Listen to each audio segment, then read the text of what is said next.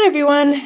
I'm providing with you today an overview of the final paper for CDFS 412. And so what I'm going to do is I'm going to talk you through the introductions for the final paper. I'm going to show you kind of where to find some of the resources online and on eCampus.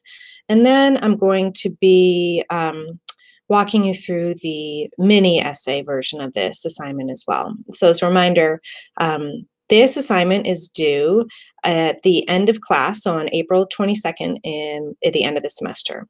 The goal of this paper is for you to examine an issue that West Virginian adolescents face that is a challenging issue for them.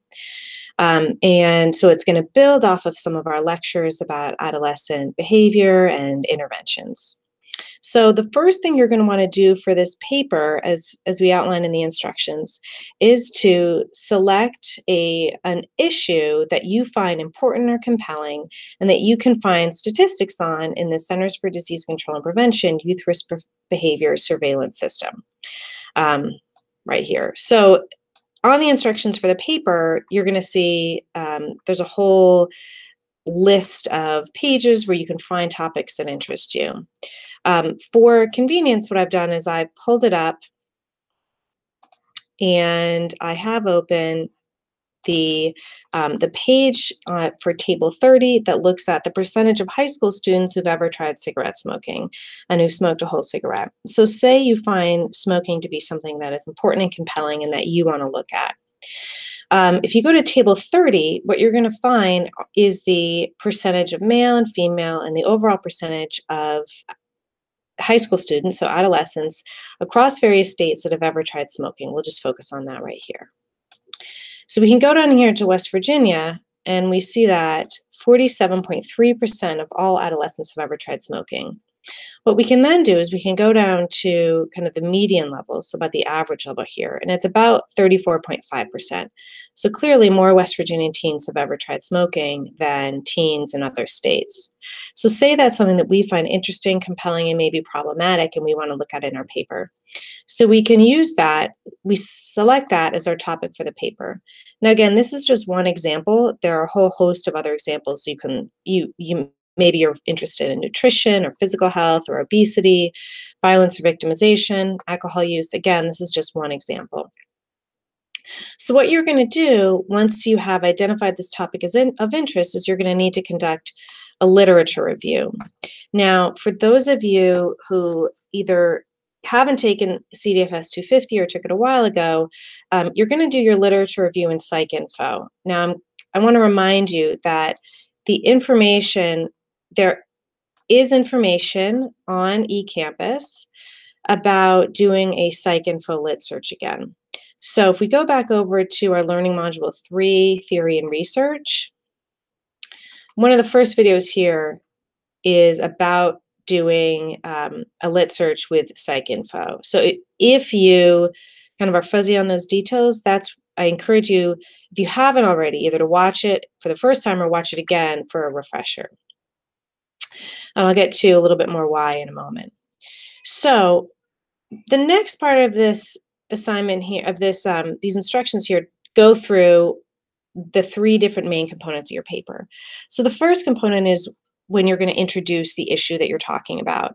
And you have 3 main ideas that you need to get across. So first of all is you're going to have to describe what the most crucial issue facing contemporary teens in West Virginia is. So you're going to identify the issue and then define the issue. So it should be pretty straightforward.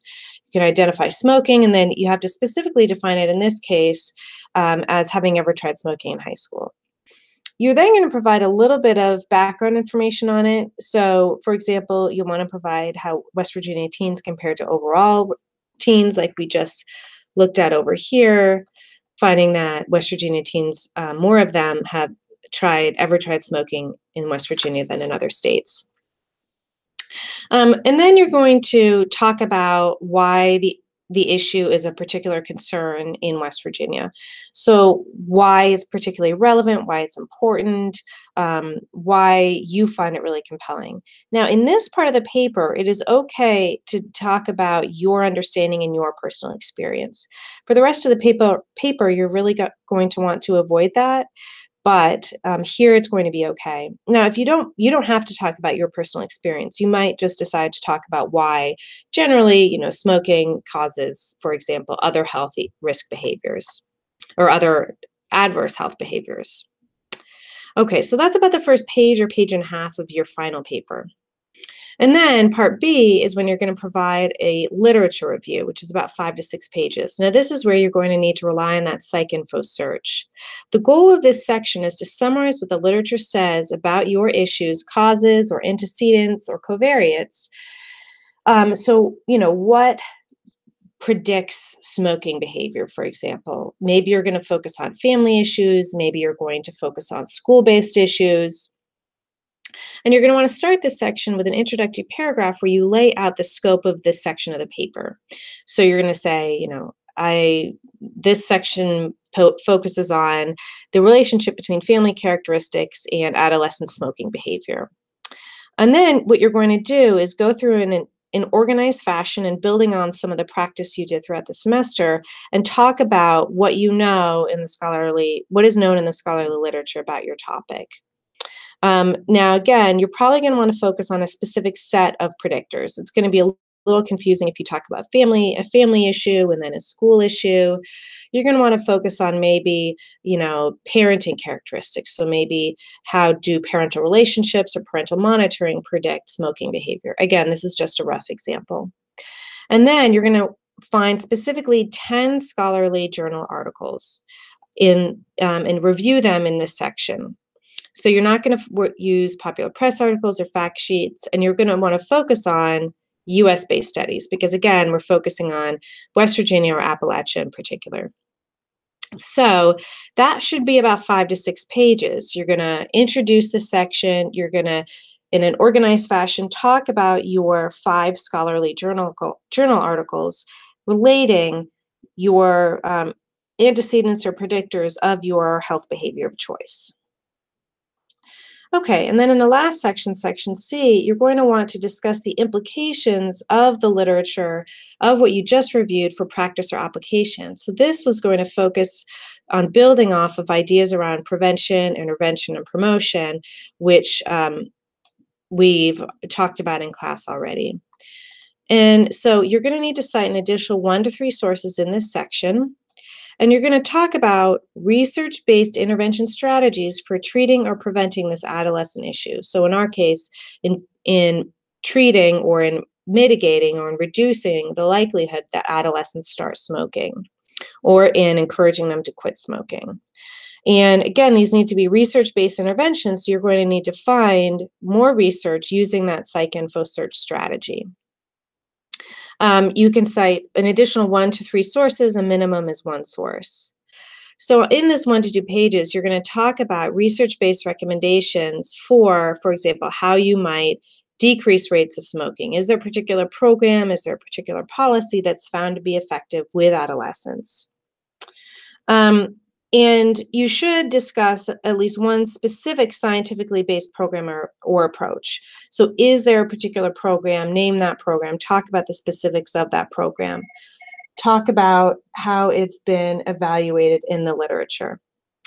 In this section, it might also be useful to refer again to the Bickel and McDonough article that you read from what were those takeaway messages that you might relate to the implications for practice or application. So that will be the end of your paper. As always, you're going to want to, conclude it with a nice concluding paragraph.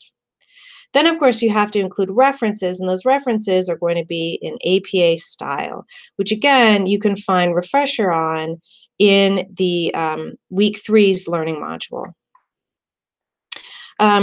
Be sure to cite them in APA style, and be sure also to include this reference for the CDC Youth Risk Behavior Survey report. So this that I've highlighted here is going to need to go into your paper. In addition, whenever you cite whenever you include a citation in your paper about your particular statistic, about your particular health behavior, you're going to need to cite it here as well. Okay, so a few notes on formatting and submission. Formatting is going to need to be in APA style. So again, refreshers are available on our eCampus page, but generally speaking, it's 1-inch margins on all sides, 12-point Times New Roman font with double space, but no extra spacing between paragraphs. You're going to want to include a title page. There is actually a sample title page at the very top. So this, for example, could be you could build off of that example for your title page. Your references are going to start on a new page of your manuscript. You're going to submit your paper to Turnitin on eCampus. Your paper will be graded electronically, and you'll receive all your feedback via Turnitin. Obviously, in terms of academic integrity, you're going to need to cite appropriately and summarize appropriately as we've been practicing. So the rest of this document just goes in depth in terms of the grading rubric. So your paper will be graded according to these criteria, and the final paper score will then be multiplied by 2 to get to the total points possible out of 200 points. So I'm not going to go over this in depth, but keep in mind you will be graded on the introduction and the issue, on your literature review, and then on your intervention section. And then, of course, you'll be getting points for sources, citations, and references, and on your writing style, and on APA formatting. So it's the content, it's the writing, it's APA style, and it is the appropriateness, the quality, and formatting of your sources and citations. Okay, so that is the final paper. You do have a mini assignment that's also due before then. And so we're going to go over there and take a quick peek at that.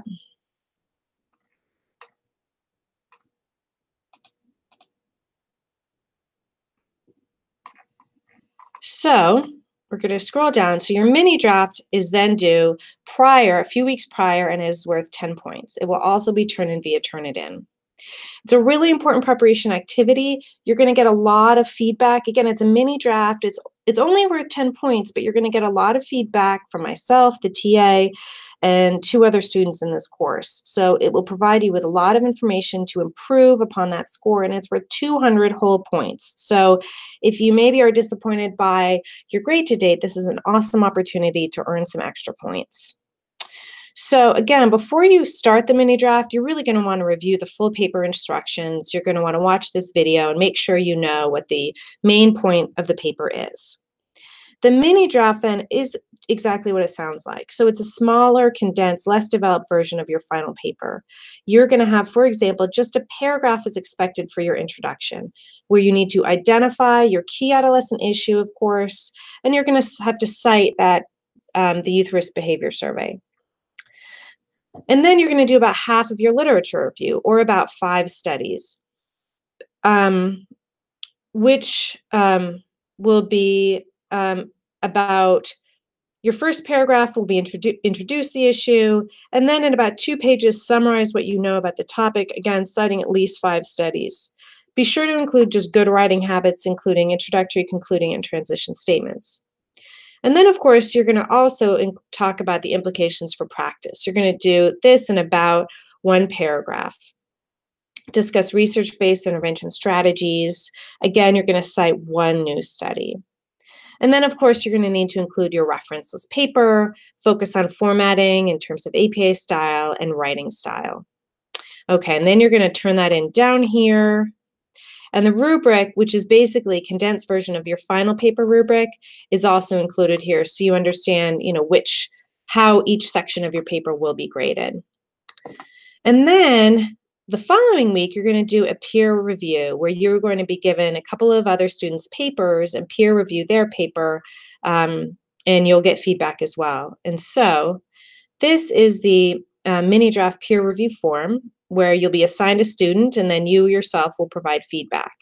So what you're going to do, you're going to copy and paste this whole section here and put it at the very beginning of your of the paper that you're reviewing. And then you're going to want to turn on track changes. I'll do it here for you for an example. So you're going to go to review and then just click on track changes. And then any changes you make are going to be noted here. Okay, I'm going to turn that off here. Reject that. Okay. But in essence, you're going to go through and make comments. You're going to make edits on your student's paper. And then you're going to go back through and indicate For example, is the key issue clearly identified and explained? If you think it's exceptional, highlight it, maybe mark it in red, mark it in bold so the student knows how you felt. You know, go through again and indicate, for example, does the literature review provide a strong introduction, a strong rationale for the rest of the paper? Again, mark how you felt the student performed on that section. Was the paper well written, etc.? Were there any issues in formatting? And then if there are any other comments you want to make, feel free to make those as well. So for your mini draft, then you will save that and then again, return it to us via eCampus. We'll provide more details about how to do the peer review via your eCampus assignment. Okay, so that's an overview of your final paper assignment. If you have additional questions about the paper topic, about how to do this lit search, about selecting a topic, it's a good idea to reach out to your instructor, your TA in a timely fashion. Please don't hesitate to ask questions. We want to make sure that you fully understand your assignment so you can succeed in on this particular assignment in the course. All right, that's all.